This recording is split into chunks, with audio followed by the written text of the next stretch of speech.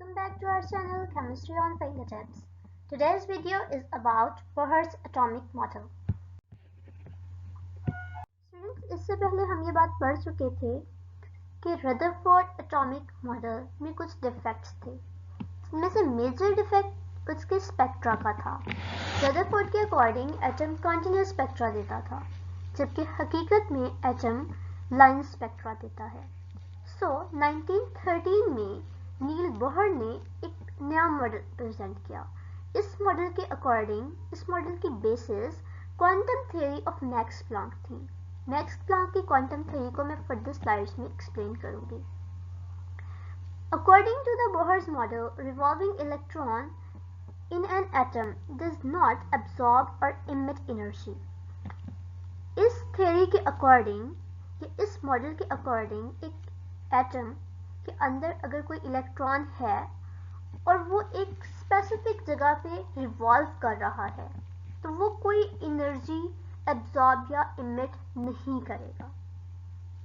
यानी अगर एक इलेक्ट्रॉन है और वो जहां है उसी जगह पे अपनी एक स्पेसिफिक एरिया में रिवॉल्व कर रहा है, तो उसके अंदर कोई इमिशन या एब्जॉर्प्शन ऑफ एनर्जी नहीं होती है। ना वो एनर्जी लेता है, ना वो एनर्जी देता है। The energy of a revolving electron is quantized as it revolves only in orbit of fixed energy called energy levels by him. अब वो क्यों एब्जॉर्ब या रिवॉल्व नहीं करता कोई एनर्जी? क्योंकि ये इलेक्ट्रॉन क्वांटाइज्ड एनर्जी रखता है। What is quantized energy? इस चीज को फर्दर एक्सप्लेन किया जाएगा। इसका मतलब बेसिकली ये होता है कि फिक्स्ड एनर्जी रखता है ये। इसकी एनर्जी इस सर्टेन प्लेस पर फिक्स होगी। फॉर एग्जाम्पल, यहाँ पर एक इलेक्ट्रॉन है, ये अगर ये यहाँ इसी एक एरिया में रिवॉल्व करेगा तो इसकी एनर्जी फिक्स्ड होगी, और इस एरिया को जिसमें ये इलेक्ट्रॉन रिवॉल्व कर रहा है एनर्जी लेवल का नाम दिया गया। यानी कोई भी एटम का इलेक्ट्रॉन जब अपने एनर्जी लेवल के अंदर होता है तो वो कोई भी एनर्जी इवॉल्व या एब्जॉर्ब नहीं करता। बिल्कुल ऐसे ही जैसे अगर हम अपने घर में हों तो हम कहते हैं कि हम पे कोई जो है वो उसके लिए रेंट पे नहीं करना पड़ेगा। तो इसी तरह ये इलेक्ट्रॉन अगर अपने घर में रहेगा तो इसको कोई रेंट पे नहीं करना पड़ेगा।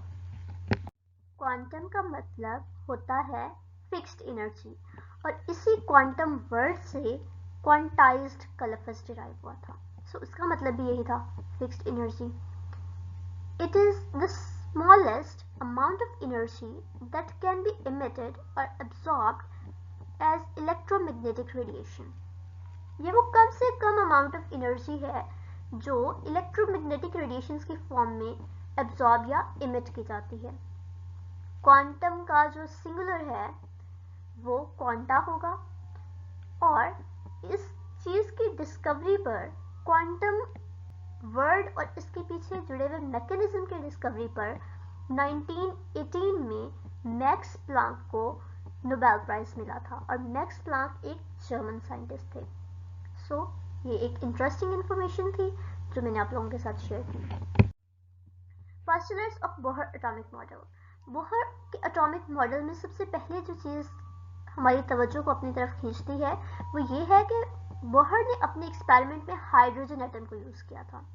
हाइड्रोजन एटम को यूज करने की वजह ये थी कि ये बहुत स्मॉल इन साइज होता है, इसके अंदर एक प्रोटॉन होता है और एक इलेक्ट्रॉन होता है, तो इसको स्टडी करना बहुत सिंपल है, हमारे लिए बहुत आसान है। The hydrogen atom consist of a teeny nucleus and electrons that are revolving in one of the circular orbits of radius r around the nucleus. उन्होंने हमें ये बताया, बोहर ने हमें ये बताया कि हाइड्रोजन एटम के स्ट्रक्चर कुछ इस तरह से होगा। एक टीनी न्यूक्लियस है जिसके अंदर एक प्रोटॉन पड़ा है, और इसके इर्द गिर्द, इसके अराउंड एनर्जी लेवल्स में या ऑर्बिट्स में, इन एनर्जी लेवल्स को ऑर्बिट्स का नाम भी दिया जाता है, इन ऑर्बिट्स के अंदर इलेक्ट्रॉन रिवॉल्व कर रहे हैं इन सर्कुलर पाथ में, और इसका रेडियस r था। रेडियस r उस चीज का होता है जो चीज सर्कल में होती है। तो इस बात से हमें समझ में आता है कि बोहर ने इन ऑर्बिट्स को in the form of circles जो था वो ऑब्जर्व किया था या मार्क किया था। Each of the orbit has fixed energy that is quantized. इस बात को हम बहुत अच्छे से एक्सप्लेन कर चुके हैं कि हर ऑर्बिट की एनर्जी फिक्स होती है और इस वजह से हम उसकी एनर्जी को क्वांटाइज्ड कहते हैं। As long as electron remains in a particular orbit, it does not radiate or absorb energy. For example, कोई भी जो इलेक्ट्रॉन है वो जब अपने एनर्जी लेवल में या अपने ऑर्बिट में है, तो जैसे कि पहले मैंने ये बात एक्सप्लेन की कि जब वो अपने घर में है तो उसको कोई टैक्स नहीं देना पड़ेगा, कोई एनर्जी अब्सॉर्ब या इवॉल्व नहीं होगी। The energy is emitted or absorbed only when an electron jumps from one orbit to another.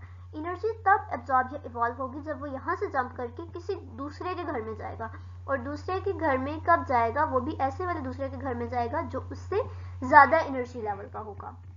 जाहिर सी बात है, जब इसने अपने घर से जो कि लोअर एनर्जी लेवल पर है किसी ऐसी जगह जाना है जो हायर एनर्जी लेवल पे है, तो इसको नए आने वाली जगह जहाँ इसने जाना है उसके अकॉर्डिंग होना पड़ेगा, उतनी एनर्जी रखनी पड़ेगी। तो ये एनर्जी को एब्जॉर्ब करेगा और यहाँ से जंप कर जाएगा।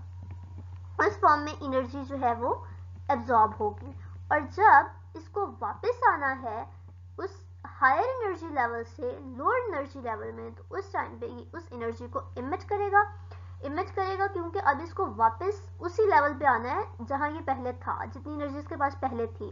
यहाँ एनर्जी हाई थी, यहाँ एनर्जी लो थी, तो जब इसने यहाँ से यहाँ वापस आना है तो इसको वो एनर्जी रिलीज करनी पड़ेगी जो इसने पहले एब्जॉर्ब की थी। When an electron jumps from the lower orbit to the higher orbit, it absorbs the energy, and when it jumps from the higher orbit to the lower orbit, it radiates energy. ये बात मैं explain कर चुकी हूँ कि जब इसको lower orbit वो होता है जो न्यूक्लियस के करीब होता है, और जैसे ही हम न्यूक्लियस से दूर जाते जाते हैं उनके एनर्जी लेवल्स जो हैं वो उसके अंदर ज़्यादा होती जाती है उसकी एनर्जी। सो अगर ये न्यूक्लियस के करीब है और इसको न्यूक्लियस से दूर जाना है तो इसको एनर्जी एब्जॉर्ब करनी पड़ेगी, और अगर ये न्यूक्लियस से दूर है यानी ये हायर एनर्जी लेवल पर है और इसको लोअर एनर्जी लेवल पर आना है, तो उसको डेफिनेटली वो एनर्जी रिलीज करनी पड़ेगी जितनी इसके अंदर हाई है। जितनी इस लेवल पे इसकी एनर्जी ज़्यादा है उसको वो सारी की सारी एनर्जी रिलीज करनी पड़ेगी, और फिर इसको वापस जो है वो इस एनर्जी लेवल पे आने की इजाज़त मिलेगी। This change in energy delta E is given by following Planck's equation. Delta E is equal to h mu is equal to E2 minus E1. अब ये चीज है क्या? डेल्टा E का मतलब है change in energy. Change in energy मतलब ये कि ये इलेक्ट्रॉन यहाँ था, यहाँ से जंप करके ये यहाँ गया। हम ये बात पढ़ चुके हैं कि जब भी इलेक्ट्रॉन अपने ऑर्बिट को छोड़कर हायर लेवल ऑफ ऑर्बिट में जाएगा तो वो क्या करेगा, एनर्जी को एब्जॉर्ब करके जाएगा। जाहिर सी बात है, वो यहाँ बैठा हुआ है, यहाँ उसके पास अमाउंट ऑफ एनर्जी कम है, अगर इसको अपने से बड़ी जगह पर जाना है, उसको ज़्यादा एनर्जी वाले ऑर्बिट में जाना है, तो डेफिनेटली उसको अपने पास इतनी एनर्जी पोजेस करनी पड़ेगी कि वो वहाँ जाकर बड़ी एनर्जी लेवल वाले लोगों के साथ एडजस्ट कर सके, तो वो यहाँ पे एनर्जी को एब्जॉर्ब करेगा।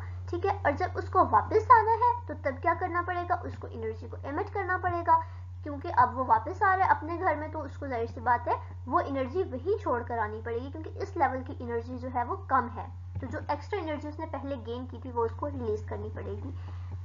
ठीक है, तो E2 जो है वो इस सेकेंड ऑर्बिट की एनर्जी है, और E1 जो है वो इस लोअर ऑर्बिट की एनर्जी है। फर्स्ट ऑर्बिट की एनर्जी को हम सपोज कर लेते हैं कि हमने E1 कहा, और सेकेंड ऑर्बिट की एनर्जी को हमने E2 कहा, तो इन दोनों ऑर्बिट्स के दरमियान में डिफरेंस कितना होगा, वो डेल्टा E है। डेल्टा को हम चेंज के लिए शो करता है, ये डिफरेंस के लिए जो है वो यूज करते हैं। तो इन दोनों का डिफरेंस कितना होगा, डेफिनेटली E2 यानी वो हायर लेवल की एनर्जी, उसमें से हम लोअर लेवल की एनर्जी को निकालेंगे तो हमारे पास इन दोनों के बीच का डिफरेंस आ जाएगा। That's all. अच्छा, इस इक्वेशन को E2 माइनस E1 को इक्वल रखा गया मैक्स प्लांक की इक्वेशन के अकॉर्डिंग hv के। hv क्या है, h प्लांक्स कांस्टेंट है। प्लांक्स कांस्टेंट जिसकी value 6.63 10 raised to power -23 joule second होती है।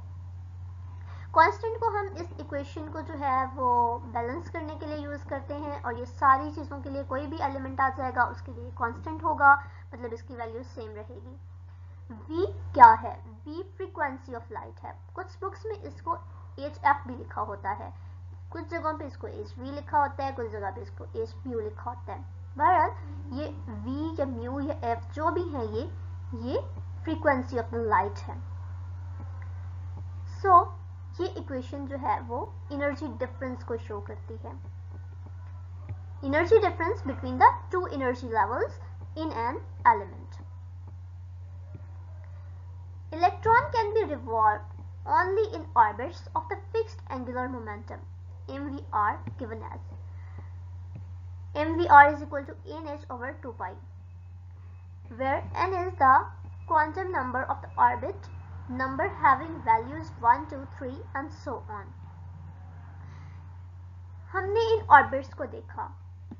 अकॉर्डिंग टू द बोहर ये ऑर्बिट्स सर्कुलर फॉर्म में एग्जिस्ट करते हैं, और जब भी कोई चीज़ जो है वो सर्कुलर फॉर्म में एग्जिस्ट करती है तो उसके ऊपर एंगुलर वेलोसिटी, एंगुलर मोमेंटम, इस टाइप के फॉर्मूलाज लगते हैं। मतलब सर्कल के रिलेटेड हम उसको डील करते हैं। तो एक सर्कल का मोमेंटम फाइंड करने के लिए सिंपल फॉर्मूला हमारे पास होता है mvr, और ये mvr एक ड्राइव्ड इक्वेशन के बाद हमें पता चलता है कि इक्वल होता है nh over 2 pi। h again Planck's constant जिसकी वैल्यू 6.63 34 जाउल सेकंड होगी। 6.63 34 जाउल सेकंड, और n जो है वो आपके पास number of quantum number of these orbitals होगा, एंड 2 पाई जो है वो हमने कांस्टेंट लेना है क्योंकि ये सर्कुलर फॉर्म में चीज़ एग्जिस्ट कर रही है। जहाँ पे सर्कुलर फॉर्म में चीज़ें आती हैं वहाँ पाई एंड समथिंग लाइक दिस हम यूज़ करते हैं। So that was all about the Bohr's atomic model. इस तरह से हमारे पास एक जनरल स्केच जो था वो एटम के मॉडल का वो प्रेजेंट किया गया था, और ये बहुत हद तक साइंटिस्ट को उस टाइम के लिए सही लगा था। Thank you so much for watching our video. Please don't forget to like and subscribe our channel.